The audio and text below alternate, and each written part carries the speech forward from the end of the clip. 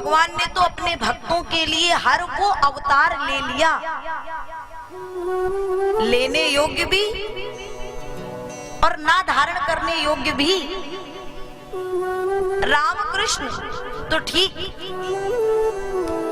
वामन के रूप में भी आए, नरसिंह के भी रूप में आए, वाराह के भी रूप में आए। वाराह के रूप में कैसे आए? तब यही से बताते हैं, एक बार परमात्मा की इच्छा हुई एक से अनेक होने की, और भगवान ने जल का निर्माण किया, जल में अपना घर बनाया। जल को कहते नार, और नार में अयन बनाया, तो भगवान का नाम होगा नारायण। एक बार मिलकर के जयकार लगाएं, बोलिए लक्ष्मी नारायण भगवान की।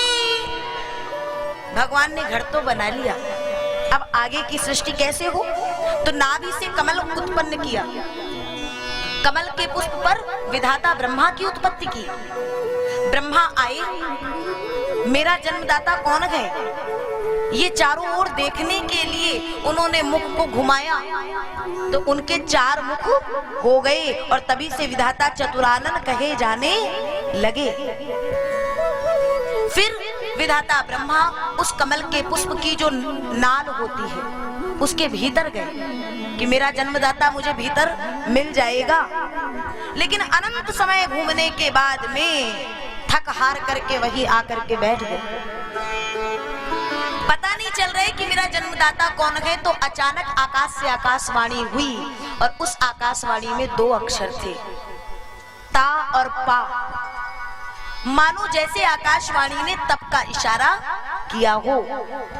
विधाता ने कई वर्षों तक तप किया, और तब जाकर के नारायण ने उन्हें दर्शन दिया, अपना वो विराट स्वरूप दिखाया, और चतुर्थ श्लोकी भागवत का पुनः ज्ञान देकर के कहा, अब आप मेरी आज्ञा से इस सृष्टि का क्रम आगे बढ़ाएं। ब्रह्मा जी ने सृष्टि का क्रम आगे बढ़ाया। पहले सर्ग सृष्टि, विसर्ग सृष्टि, फिर कीट पतंगे इत्यादि, परंतु उनसे कहीं भी ब्रह्मा जी को संतुष्टि नहीं हुई। बाद में सनकादियों की भी उत्पत्ति की।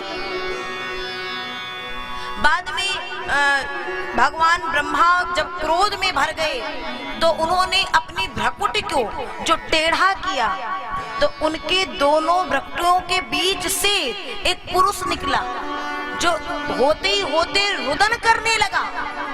कहते उसी का नाम रुद्र पड़ा। और ये तभी आते हैं जब विनाश का समय होता है। लेकिन इतना सब कर लेने के बाद भी ब्रह्मा जी ने एक बार पुनः ध्यान धरा और भगवान का स्वरूप देखा, तो ये जितने हैं वो भगवान के स्वरूप से मिलते नहीं हैं। सनकादियों को जब उत्पन्न किया और उनसे कहा आप जाइए सृष्टि करिए, तो वो तो निवृत्ति मार्ग के हैं, वो भजन के लिए आगे बढ़ गए। तब आगे 10 मानस पुत्रों की उत्पत्ति की। वशिष्ठ इत्यादि, पुलस्त इत्यादि 10 ऋषि उत्पन्न किए, और फिर आगे मनु और शत्रुपा को उत्पन्न किए। और जब इस सृष्टि का आरंभ हुआ तो हम सब जितने मानव हैं, मानवीय सृष्टि जो हुई वो महाराज मनु के द्वारा हुई। और मनु जी आए, मनु और शत्रुपा जब सृष्टि करने को आगे बढ़े ना, तो ब्रह्मा जी ने कह तो दिया, लेकिन जब वो पहुंचे तो धरती तो कहीं दिख ही नहीं रही है, क्योंकि उस समय हिरण्याक्ष धरती का हरण करके ले जाता है। अब हिरण्याक्ष कहां से आया? कश्यप जी की पत्नी के दुराग्रह से उनको पता चलता है कि वो गर्भवती तो हैं, लेकिन उनके गर्भ में जो बालक पल रहे हैं वो दुराचारी और निशाचरी प्रवृत्ति के होंगे। देवी ने कई वर्षों तक उन बालकों को गर्भ में रखा। तीनों लोकों में अंधकार छाने लगा। तो कश्यप जी ने कहा, यदि आप इन पुत्रों को जन्म देंगी तो पुत्र तो निशाचरी होंगे, लेकिन आपका पौत्र महान भगवत भक्त होगा। सुनकर के वो देवी ने पुत्रों को जन्म दिया है, और वो पुत्र कोई और नहीं भगवान के द्वारपाल है। एतो तौ पार्षदो म्यहम जयो विजयो एव चा। सनकादियों के श्राप से ये जय विजय यहाँ पर आए हैं हिरण्याक्ष और हिरण्यकश्यप के रूप में। हिरण्याक्ष उसमें से पृथ्वी का हरण करके ले जाता है। मनु और शत्रुपा जी आकर के बताए तो ब्रह्मा विचार करने लगे। अचानक ब्रह्मा को छींक आई और उनकी नाक से एक अंगूठे के बराबर पुरुष प्रकटा। देखते ही देखते उसने विराट स्वरूप धारण कर लिया और वही है भगवान का वामन अवतार, जिसको शूकर अवतार भी कहते हैं, वाराह अवतार। एक बार मिलकर की जयकार लगाए, बोलिए वाराह नारायण भगवान की जय। भगवान का यह वाराह अवतार हुआ, शूकर अवतार। आप लोग समझ गए होंगे कि स्वरूप कैसा होगा। अगर इस अवतार का कभी आपने चित्र देखा हो, भगवान ने एक सेकंड भी विचार नहीं किया, शूकर ऐसा निकृष्ट स्वरूप मैं धारण करूंगा, नहीं।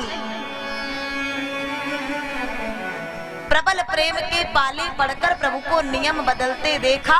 अपना मान टले टल जाए पर भक्त का मान न टलते देखा। अरे ऐसा शूकर अवतार लेने पे भी मेरे गोविंद ने विचार नहीं किया। भगवान गए और जल के भीतर घमासान युद्ध के माध्यम से हिरण्याक्ष का उद्धार किए और पृथ्वी को अपनी सूंड पे रख कर के बाहर निकलते हैं और मनु और शत्रुपा को इशारा दे दिए, सृजन करो।